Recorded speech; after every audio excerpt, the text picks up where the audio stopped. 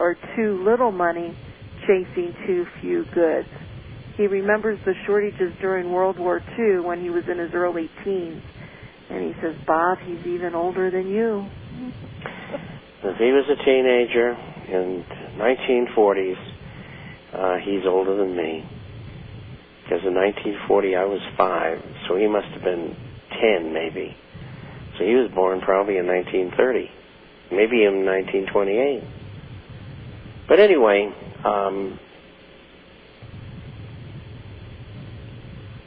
the culmination of these plans by the Illuminists to bring everybody to their knees financially and economically in order to implement world government are going to swing from inflation, or maybe even hyperinflation, to deflation and depression. There's no question. It has to happen. I'm saying in the next 2 years, maybe sooner, maybe later.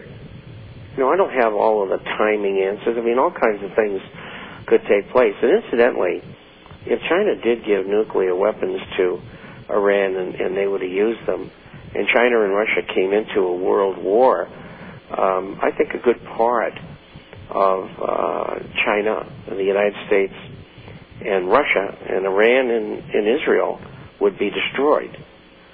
And there wouldn't be a lot of survivors because they're all capable of really doing a job on each other. And so with that said, there's not going to be any real winners here. But in order to maintain power, the people behind the scenes, the Illuminists, would take that risk because they know if they lose their head. 1792, 96, in France, 20 million people, 300,000 lost their heads. I think, they know history. They're not stupid. And so you can really plan on a war, a big one. And if it becomes nuclear, it becomes nuclear. There's not much you can do about it.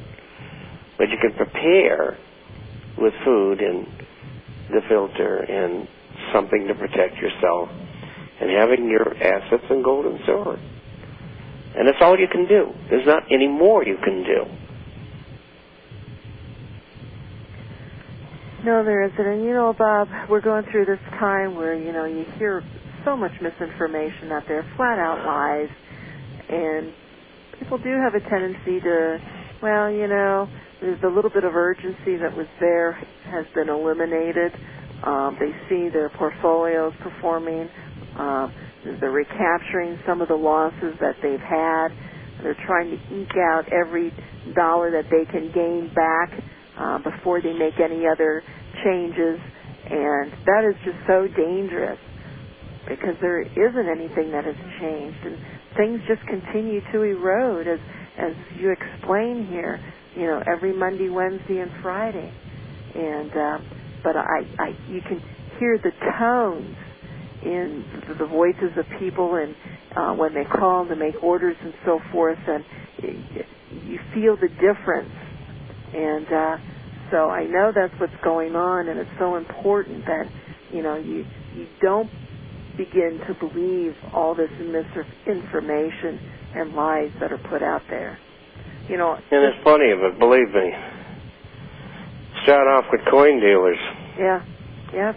That's what I was just going to say. And I saw a piece today that came from a coin dealer in New Orleans. It's just disgusting. I mean, I don't know how they get away with it.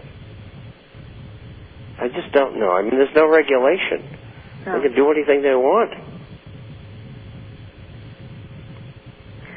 And that was my point, the opposite way of, those that have a tendency to create these urgencies in these scenarios that are just so bizarre. But you're right, Bob, these dealers, because the market isn't regulated, they can do anything. But, I tell people, and I've talked to, if you purchase coins someplace where you've been taken or you pay too much and, gold's gone up $400 and you're still losing, go to the place, to where you heard and thought that you were secure and complain. Nobody complains anymore. And it is all about the dollar. They probably won't care, but if enough of people would complain, perhaps these people might change a little bit. I don't know. Do you think that's possible? Of course, all they have to do is buy from Discount Gold and Silver to eliminate all those problems. But the point is, if you've already done it and it's too late, complain. Don't allow them to get away with it. This is your hard-earned money. And look, what you do is you write a letter to your state's attorney general, and you complain and lay it out in as short a form as you can what's happened to you by these parties. And if they're in another state, you send a copy of that to the AG in the other state. And then you send a copy of it to the Federal Trade Commission, and then another copy of it to the Federal Bureau of Investigation. And that'll get their attention. And if you need any, I carry numbers I have numbers for 16 years. So, if you need your portfolios reviewed and you'd like to have them valued, just send them to me. You can fax them to me, email them to me, or send them to me through the mail. And any final words, Bob? What's gold going to do this week? I think it's going to pop. Oh, it's going to be up. It'll be up tomorrow. Yep. These guys can only act for 2 or 3 days in a row, and they run out of ammunition. And they cover their shorts, and they come back. But that's what's going on. And actually, the stocks did good today. I thought they did good. Agnico off 1.39%. The Goldcorp off 2.45%. SSRI off 1.19%. And Minefinders was up 0.5%. So with gold down that much, $14, $15, that's pretty good. And they're telling us we're not concerned about it at this point. So that's positive. Coin prices pretty much did the same thing. Not down a whole lot, maybe 1%. So not too bad on the coins. And you know what? The U.S. dollar today, Bob, was trading down 0.16 at 80.42. So, there was no rhyme or reason for gold to do what it did today. It was so obvious today.